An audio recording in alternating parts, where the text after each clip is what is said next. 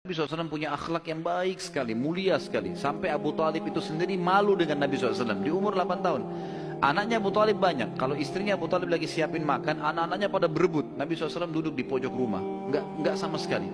Enggak berebut. Nanti kalau selesai makan ada sisanya beliau makan. Sallallahu alaihi wasallam. Punya akhlak yang mulia dari masih kecil. Sampai Abu Talib bilang sama istrinya, khusus untuk Muhammad sisipkan makanan. Karena dia tidak ikut berebut sama mereka. Gitu kan. Baik, di umur 12 tahun, pernah satu waktu Abu Talib ini mau ke negeri Syam, urusan dagang. Pertama kalinya Nabi SAW, biasanya Nabi ini selalu pemalu, nggak banyak minta dan nuntut ke pamannya.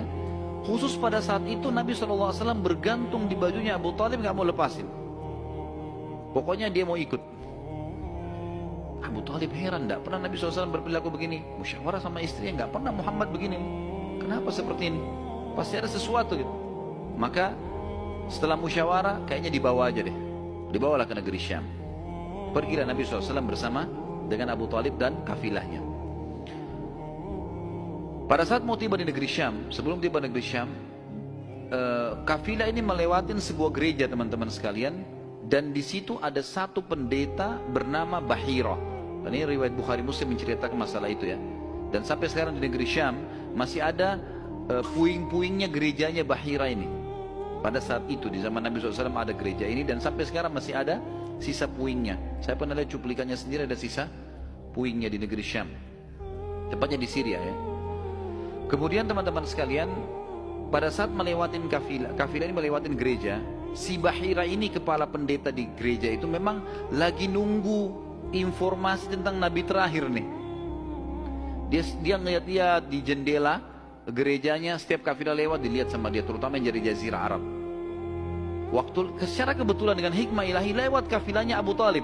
Dan kafilahnya agak berbeda dengan yang lainnya. Kafilah itu berarti 3 unta ke atas ya, baru dinamakan kafilah. 3 ekor unta ke atas baru dinamakan kafilah. Setiap waktu lewat kafilah Abu Talib ini, ada awan yang menaunginya. Beda dengan kafilah lain, padahal lagi terik matahari. Dan tidak sengaja kafilah Abu Talib istirahat di sebelah gereja dan ada pohon-pohon kurma yang berderet, itu semuanya seperti menundukkan daun-daunnya ke kafilah itu. Pendeta ini perhatikan, kafilah tanya ini, kirim satu orang, tanya mereka kafilah dari mana nih? Jawabannya dari Jazirah Arab.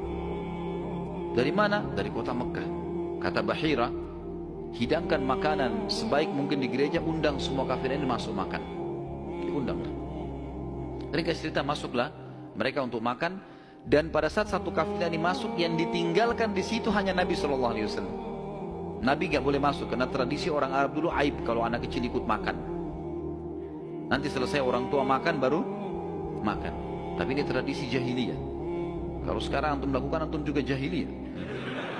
Makan, kasih anak-anak makan. Kenapa harus disendirikan? Mungkin dia lapar, kesian. Baiklah. Waktu lagi makan, Bahira ini memperhatikan satu persatu orang-orang Quraisy ini, wajahnya, karena mereka tahu cirinya Nabi terakhir. Alisnya, wajahnya, mukanya, kulitnya, jalur nasabnya, semua jelas. Tidak semua, tidak ada tanda-tanda kenabian ini. Ini mukanya muka biasa semua. Maka si Bahira tanya, apakah masih ada dari kafilah kalian yang tidak ikut makan? Kata mereka, ada satu anak kecil di depan, kami suruh jaga barang kami. Kata Bahira, boleh saya ketemu? Oh silahkan. Mereka lagi asyik makan. Bahira keluar menemui Nabi SAW. Nabi lagi duduk di bawah pohon. Lalu Bahira memanggil dia, mengatakan, hai anak kecil, ikutlah dengan saya. Kafilahnya disuruh jaga oleh beberapa pegawainya Bahira ini. Masuk di satu ruangan di gereja. Kemudian Nabi SAW berdiri lalu kata, jadi orang Mekah begini teman-teman, di Mekah itu ada patung namanya Lat dan Uzza. Lat dan Uzza ini 2 patung yang luar biasa dikultuskan di Mekah. Hebat patung ini menurut mereka. Jadi kalau bersumpah atas nama Lat dan Uzza sudah tidak mungkin berbohong. Kalau bohong kualat nih. Maka pendeta ini tahu Bahira. Dia bilang, hai anak kecil, saya akan bertanya kepadamu atas nama Lat dan Uzza. Ini semua anak kecil sampai orang tua di Mekah tahu nama ini. Dan mereka ketakutan kalau dengar nama ini. Apa jawaban Nabi SAW waktu itu? Umur 12 tahun. Masih kecil, kalau kita sekarang masih SD gitu kan. Maka beliau mengatakan, jangan engkau sebutkan 2 nama berhala itu karena aku membencinya. aku tidak suka dengan patung itu.